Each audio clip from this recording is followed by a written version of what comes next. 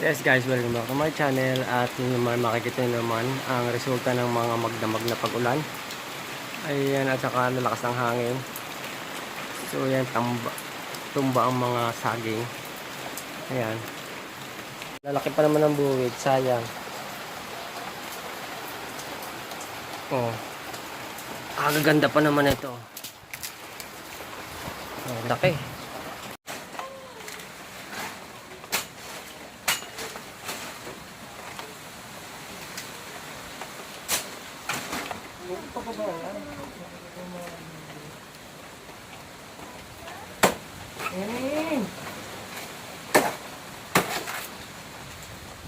Pwede na, hindi na pwede itong ano mo. Kagaganda pa naman. Oh. Andito lang sa likod bahay. Ayan. Nening! Saan nyo naman?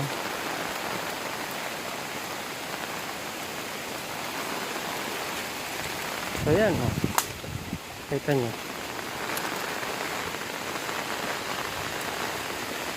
Magandang araw po sa inyo lahat at kaaga-aga natin gumising, alas 5 pa lang. So ayan, at dahil may lakad tayo, kita nyo naman ayan, oh. Paligong-paligo na tayo. So at saka nakataples tayo, wala tayong bra, andito tayo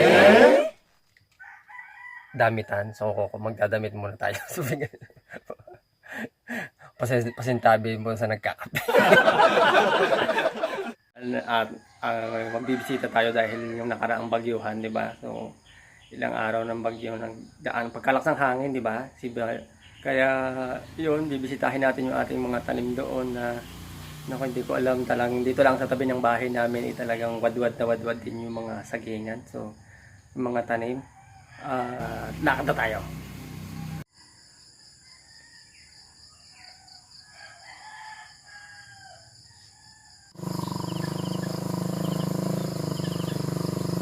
So ayan guys, naglalakad na tayo. Tapos dahil iniwan ko na yung motor doon, talagang hindi kakayanin. Oh, ayan, oh, ganyang kaputik.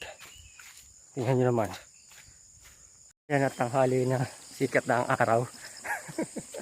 Akala ko iiwanan ko na ang motor sa daan dahil yung kadena niya ay nakagaskas na. So, buti na lang na itambay ako hanggang dito saan mamaya lang pagpa-uwi. Hindi ko alam kung magtulak ako or mag-akay pala. So yan. So ito yung nakaraang bagyuhan. Tingnan nyo naman at nabakbak yung daan. Oh. Bakbak tong daan na nagkatubig na, nagkabukal na siya. Ay, ayun. So yun yung daan, oh, putik. Saan tayo dadaan ngayon? Yan. Dito tayo. Ito mo. Lumiga na ang mga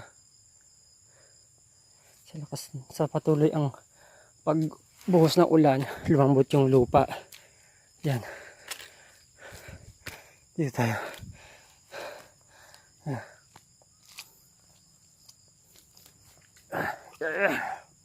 Up. Yan. Saan tayo daan ngayon? Saan tayo madaan? Lubog ang paa natin dito ngayon.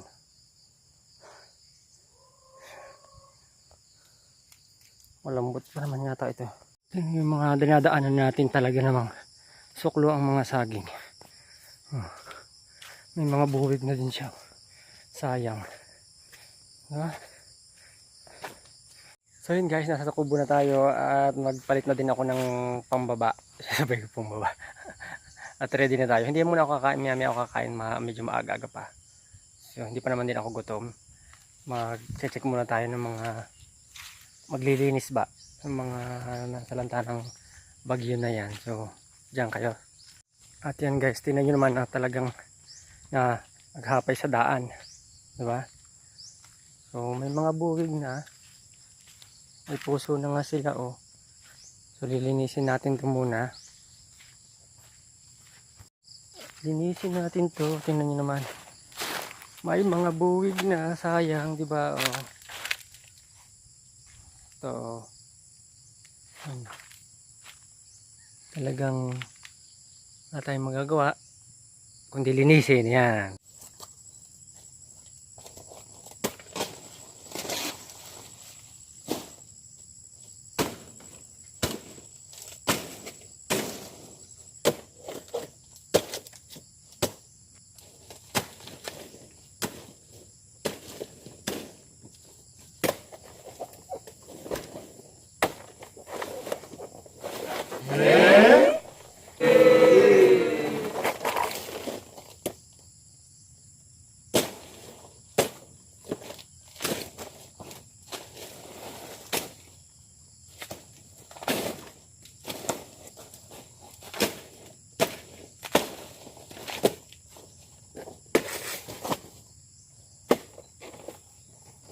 come on. Yeah! So yun guys naman, tingnan nyo naman ang ating balinghuyan. Ay, grabe. Nako. Bual-bual. Tinaanan talaga ng parang pinaghukayan at binagbunutan ah. Yung isang to, oh, may laman na. Oh. Yan. Sayang ito, oh, malaki-laki na. Pwede na yung makuha. Ayan, oh, bukal-bukal. Ay. Nako. Tingnan nyo.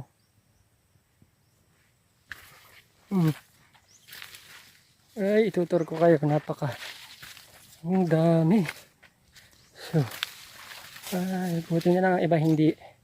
Meron pa din naman nakatayo kahit paano. O, di ba? So, yung nasa ilalim. O, pinagkakainan ng mga manok.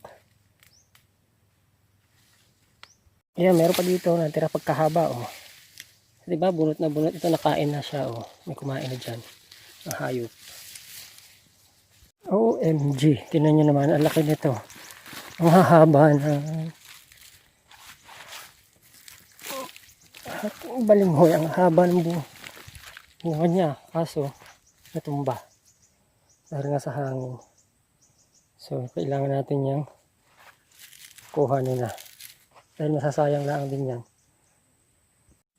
Ito yung naipon ko na mga buwig ng saba na mapapayat. Ikukumpay daw ng utol ko sa kalabaw. Yan, at kinuha niya na. So, bali tingnan po natin ang kanyang sagingan dahil wadwad na wadwad po. Halos wala nang itinara sa kanyang sagingan na pinagkakakitaan niya linggo-linggo. Ayan ang liwanag. Napakaganda ng panahon ngayon. So, sobrang ganda. Di ba? Makita niyo, ganda.